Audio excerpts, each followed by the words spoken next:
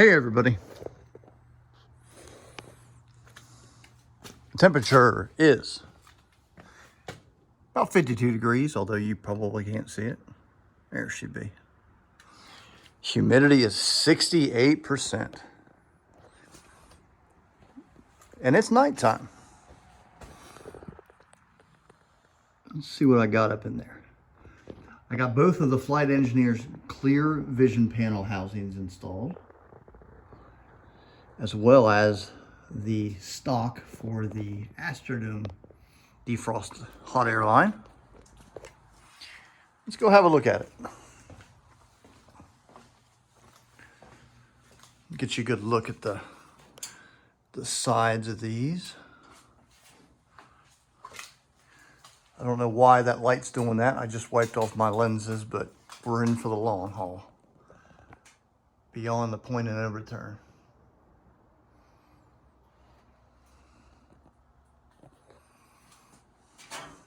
Got this hose up here. Talk more about that later.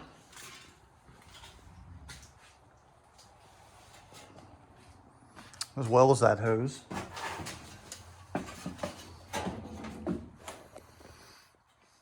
I actually revised these shapes. They were more, I should say, they were more of an angle, more of a pronounced angle, which started, that shape right here started there, so it went like that. But after looking at the pictures, which it often best suits me to, when I'm not entirely confident on how something should be made or what it should look like, just to get a basic shape up there and begin to compare with the existing photographs of the real aircraft. That's what I did there. It's not a sharp triangle like I had, but it's more of an angle and then an angle that goes in. So we got that fixed.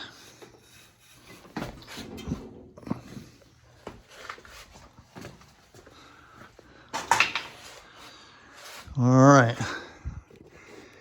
Now, mind you, we're gonna have weather sealant or some kind of a rubber seal on the top, I'd say ½ an inch of this.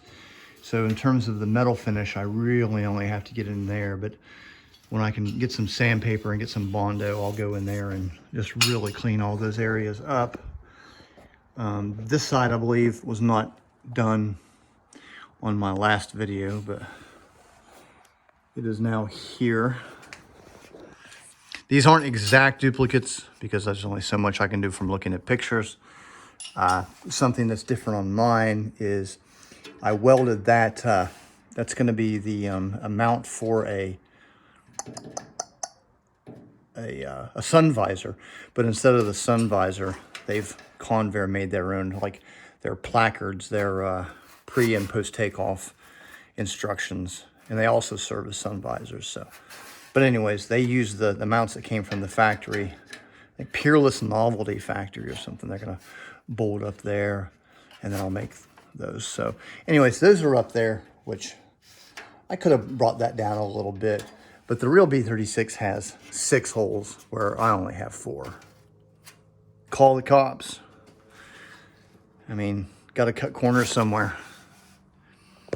Debated on the size of these for a few days, comparing them to pictures, and they're really crazy. One of the things that really got me was I had myself, before I started this video, convinced that this was supposed to be 2-inch hoses.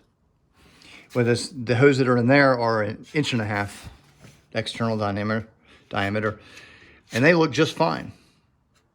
Going over to this side, I've felt that these housings again are too small, because I would take one of these 2-inch gauges on like Windows paint and move it up to there, and they're not even close. This thing looks like it's about that big compared to one of these 2-inch gauges.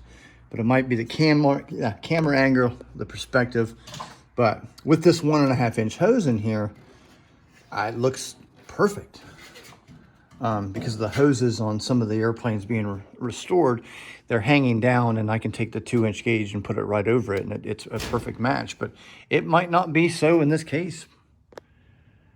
Just stuff I do is I sit back and find all these angles of existing pictures from the 70s and whenever they were restoring the city of Fort Worth. B-36 has been a major helper in creating all of this, especially because that was destroyed when vandals, they got in there and just completely, I mean, there's a big crack right down there and that's all gone. So those guys completely rebuilt that. So being able to see those internals, those were the only pictures that I had of that. So that's how one airplane contributed to this. And once again, I'll get my sander in there and we'll clean those up really nice. I'm looking forward to getting that stripping in up there so I can pop the windows with their handles, get those in there permanently. Down here you can see how it used to be. There's where I cut it and actually moved it over 5/8 of an inch. So it would have started there and gone more sharp. But you can see how it's more straight looking, and then it goes down where it squeezes on the frame right there. I built these out of steel, 20 gauge, I think. It could have been thinner, it could have been 22, 24. I didn't use my welding helmet the entire time, just hitting a tack and then tacking, shutting my eyes, because this stuff is just so thin, and I'm using my little Harbor Freight welder, but it's got a potentiometer, so I can vary the, I guess the wattage or the voltage or the amperage, whichever one it is. I'm not a professional welder. I just play one on YouTube. Well, at least I think I do. And you can, of course, do the wire speed, but flux core. I wish I had my MIG still, but I can't afford to buy a bottle of argon. I'm that poor. But here we are. These things, I got them. They were a little bit different, but I took these apart and got them both pretty much the same. When I do the top covering, they actually overlap, so the work that I did there will be invisible. These things I think need to come out just a hair a little bit more, because these are actually riveted here, and then over here there's a metal housing that goes up and then down, so it kind of delivers it to go over this panel. I've noticed some of the B-36s actually have a cutout for the hose, a little rectangular cutout right there.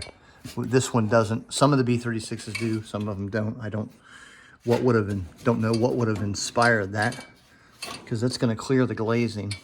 Of course, this is just going to have the flat glazing up on top that's bolted down, screwed down. But I'll make all that stuff here in a few. Gotta make a few dollars. Gotta take a few days off, maybe a week. We'll see. I always say that, but I always end up wandering back down or out here, and I don't know what my next project would be. Kind of delayed on the flight deck floor. I wanted to get this stuff done because let me tell you, I have had to run back and forth, even though I got my workstation in here and my majority of my tools. There's always a reason to have to run back and forth. So I'm trying to get some of these really intense stuff, like these housings done before I get the floor in here, so I don't trip and die. Going back, this is all, welded out of sheet steel, where a conveyor would have made them. They would have taken, several weeks or whatever to make a die set and to plop them on a press. But it's going to be nice once he's all metal finished, cleaned up, painted green. You won't even see him, unfortunately, but there we are.